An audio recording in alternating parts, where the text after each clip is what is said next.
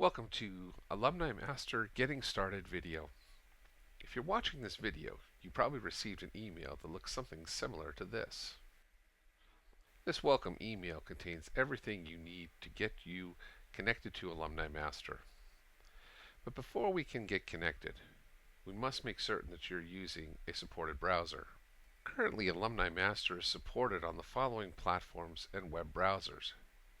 If you're using the latest version of the Mac OS or Windows OS, your browser is the most current browser available and will have no problems. If you are at all unsure about whether or not your browser is going to work, it's probably best for you to get the latest version of Google's Chrome browser. A link to Google's Chrome download page is provided for you on your welcome email here.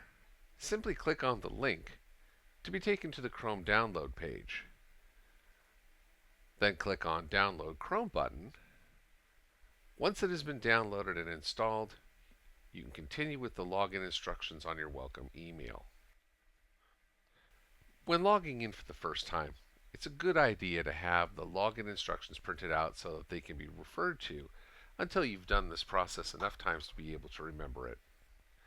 The first time that you log in will be a little bit different from all the other times you log into the system. During the first login, we will change your temporary password and fill in personal information.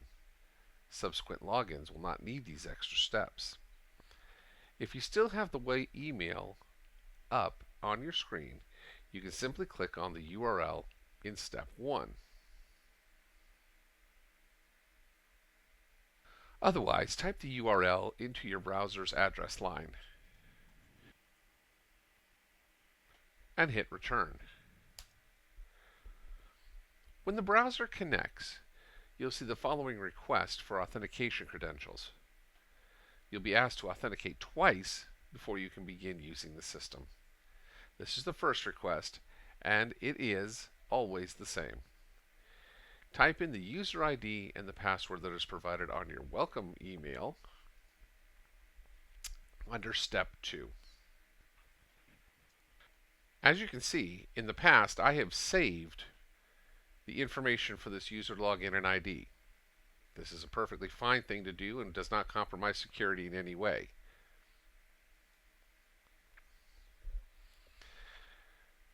At this point, you should be able to see the Alumni Master icon. Go ahead and click it. This brings up the login screen. Read the login screen info and click I accept if you wish to continue. This will bring up a list of users of Alumni Master.